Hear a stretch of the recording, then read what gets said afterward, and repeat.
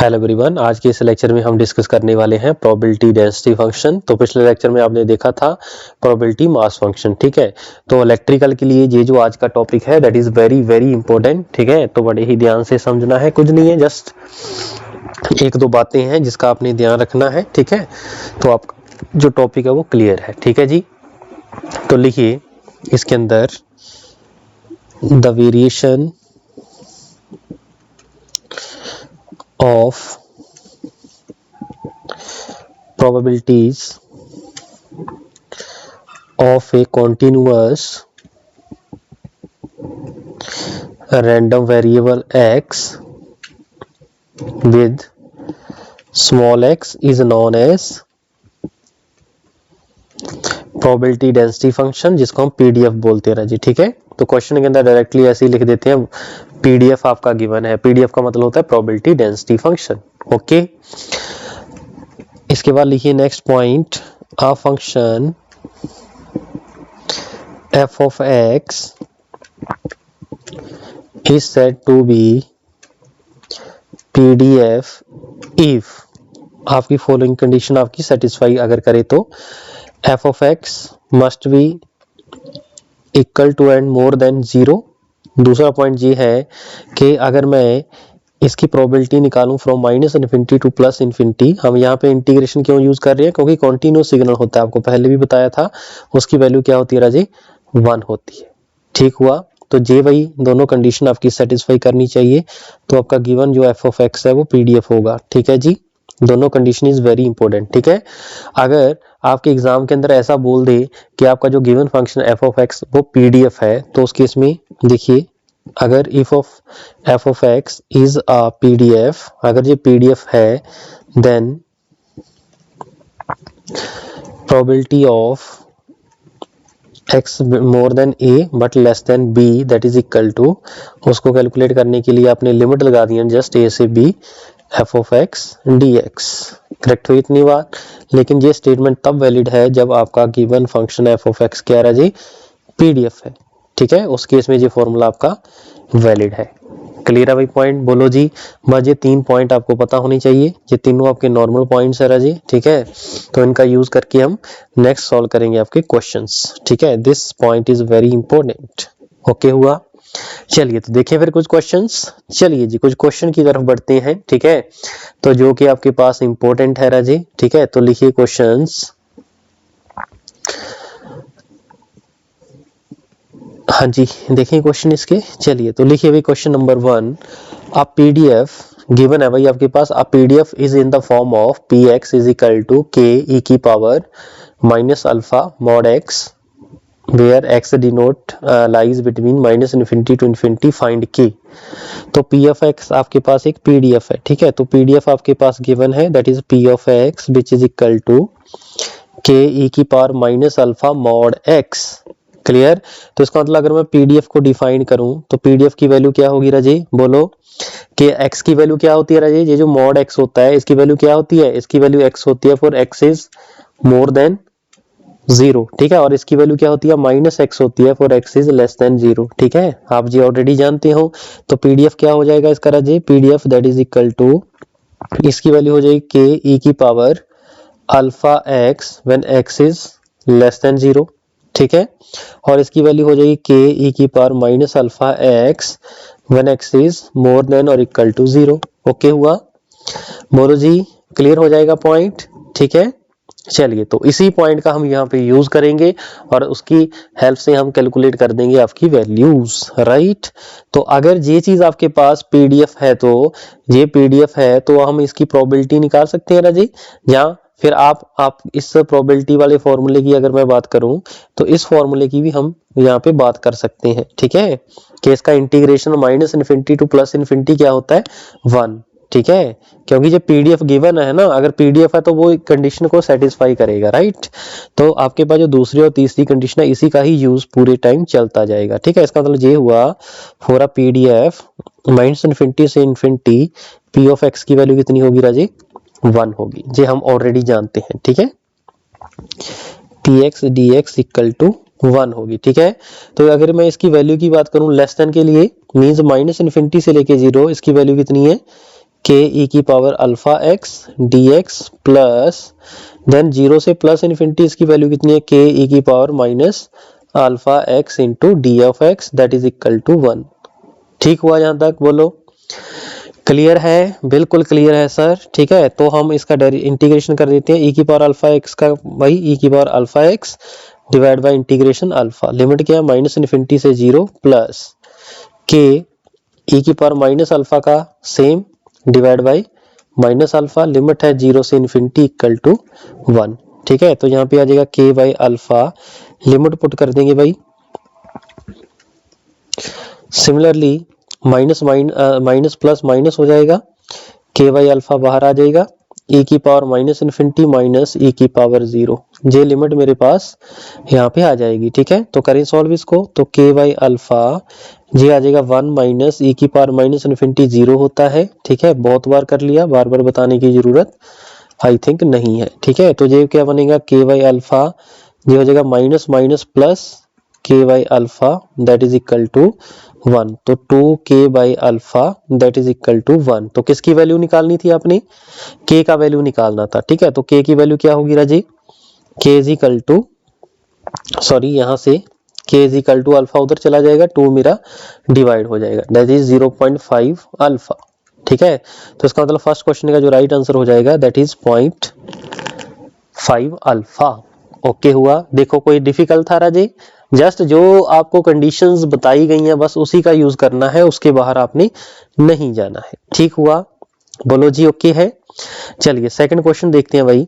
Given that x is a random variable in the range 0 से infinite, एक जे range का ध्यान रखना आपने। ठीक है, बेटा पीडीएफ आपके पास गिवन है, what is the value of constant के की वैल्यू आपने निकालनी है। ठीक है, अगर ये पीडीएफ है राजे तो उसका मतलब माइनस इन्फिनिटी से इन्फिनिटी जो भी आपके P of F PDF function होगा एफ ऑफ एक्स उसकी वैल्यू क्या होगी राजी 1 होगी। लेकिन यहाँ पे x आपका डिफाइंड है 0 से इन्फिनाइट, तो यहाँ पे लिमिट हो जाएगी 0 से इन्फिनाइट ई की power minus x square by 2 divide by k d of x equal to क्या हो जाएगा 1 हो जाएगा। ठीक है, इसको सॉल्व करें भाई, इसका इंटीग्रेट कर दो भाई जल्दी से, ए की power minus x square by 2 का सेम 1 के बाय के बाहर आ जाएगा, और माइनस एक्स स्क्वायर बाय 2 क्या हो जाएगा डेरिवेटिव माइनस 2 एक्स बाई 2, ये तो कैंसिल हो जाएगा राजी, और लिमिट है 0 से infinite that is equal to 1। ठीक है, तो क्या आ जाएगा माइनस 1 बाई के, हाँ जी अपर लिमिट पुट कर दो भाई, ए की पावर माइनस इन्फिनाइट, हाँ जी हो रहा है कि नहीं सॉल्व हो रहा, बिल्कुल सॉल्व हो रहा है सर, वेरी गुड। तो बताइए फिर फटाफट आपका आंसर कितना आ रहा है, डिवाइड बाई इन्फिनाइट माइनस आगे 0 पुट करो भाई, ई की power 0 divide by 0 that is equal to 1, ऐसा ही बनेगा भाई, बोलो हाँ जी ऐसा बनेगा कि नहीं बनेगा, बिल्कुल बनेगा सर। अरे माफ करना भाई, यहाँ पे x है, यहाँ पे एक्स स्क्वायर नहीं है, तो यहाँ पे x करिए भाई, x बाई 2 है। ठीक है, इसको जल्दी से रेक्टिफाई करिए, चलिए मैं दोबारा फिर से कर देता हूँ भाई,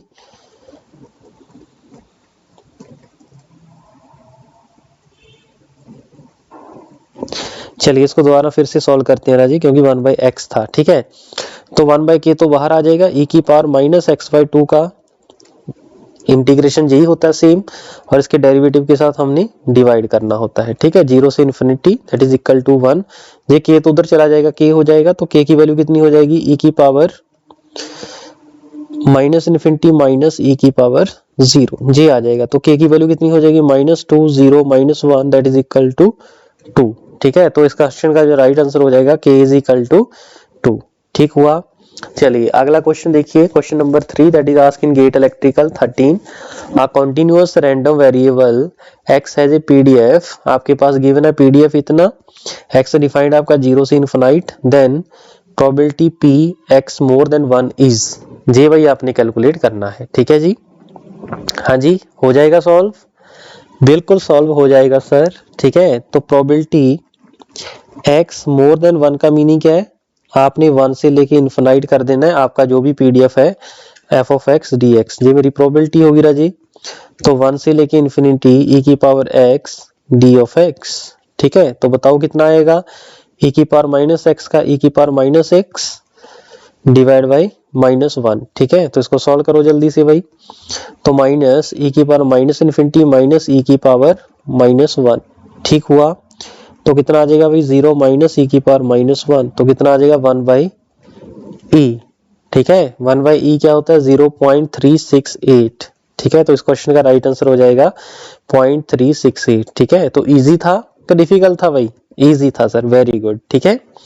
तो अगेन क्वेश्चन एक और लिखिए, question number 4 that is ask in GATE civil 13 में पूछा गया है, find the value of lambda such that function f of x valid pdf f of x that is equal to 1 और 2 के बिटवीन इसका pdf इतना है, अदरवाइज इसका वैल्यू 0 है, ठीक है। तो लैम्डा की वैल्यू आपने निकालनी है, ठीक है। तो लैम्डा की वैल्यू निकालनी है तो आपको ये तो क्लियर है, माइनस इन्फिनिटी से infinity f of x dx equal to क्या होता है राजी 1, लेकिन इसकी जो वैल्यू है राजी वो 1 और 2 के बिटवीन ही डिफाइंड है, इसका मतलब माइनस इन्फिनिटी से लेके 1 इसकी वैल्यू।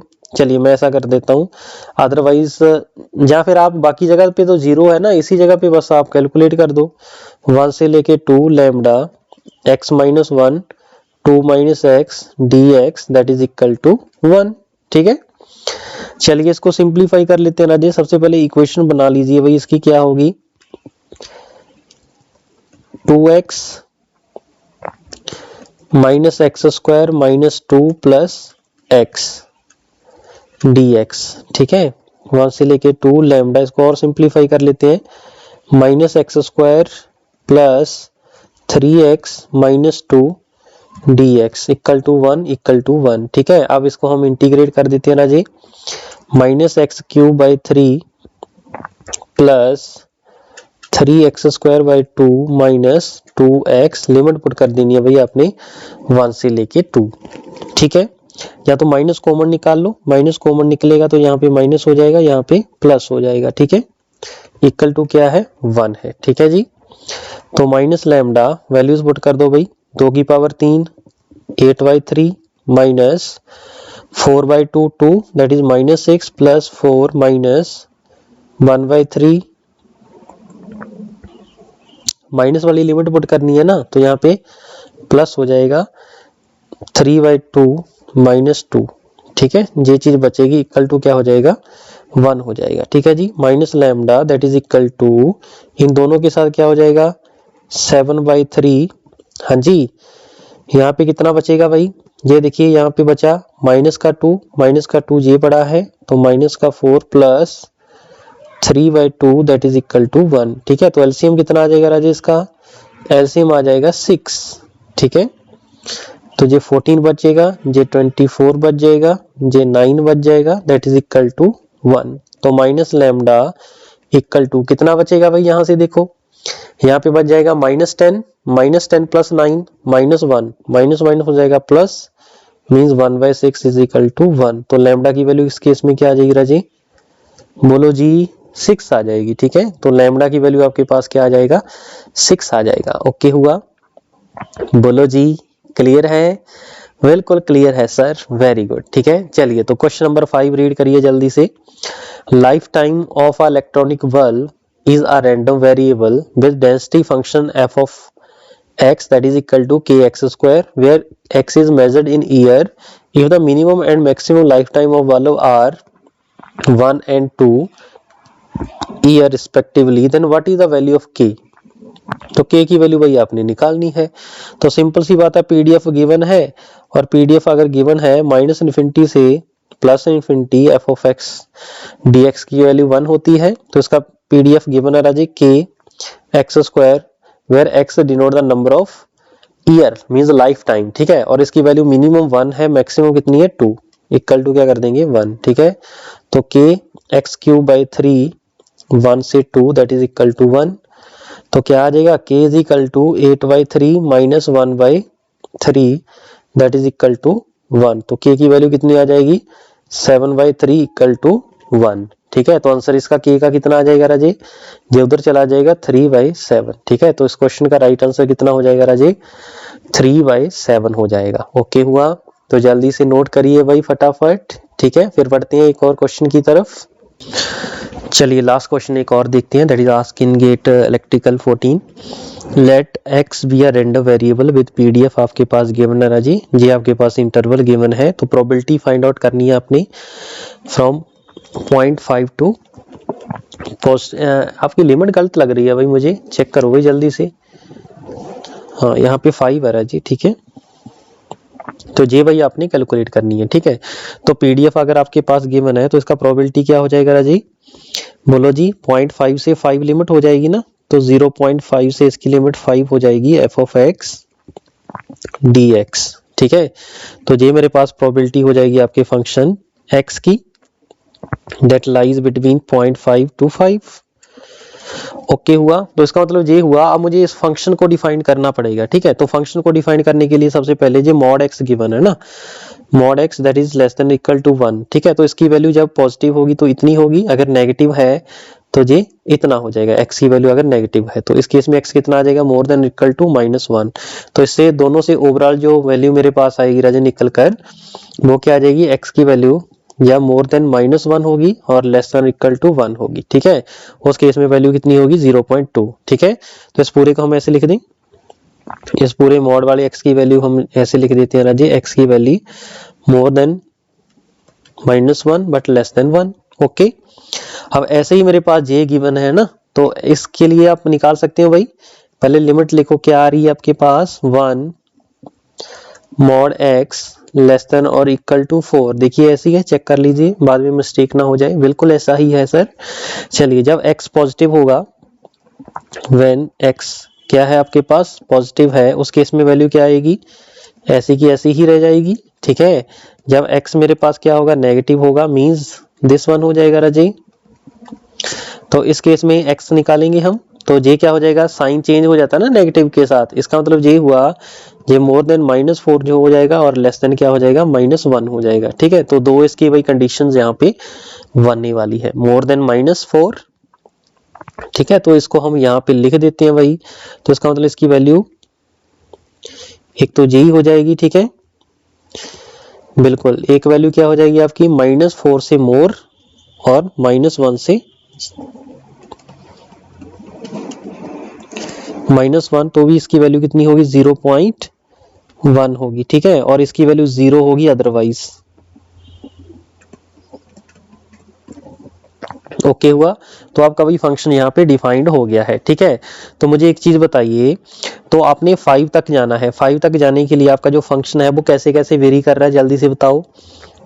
1 से लेके 4 तक तो आपका वैल्यू यही रहेगी, लेकिन आपका 0.5 से स्टार्ट हो रहा है, इसका मतलब 0.5 से 1 तक देखना पड़ेगा मुझे, क्या होगा, ये देखो लिमिट -1 से 1 तक इस लिमिट को फॉलो करेगा, ठीक है।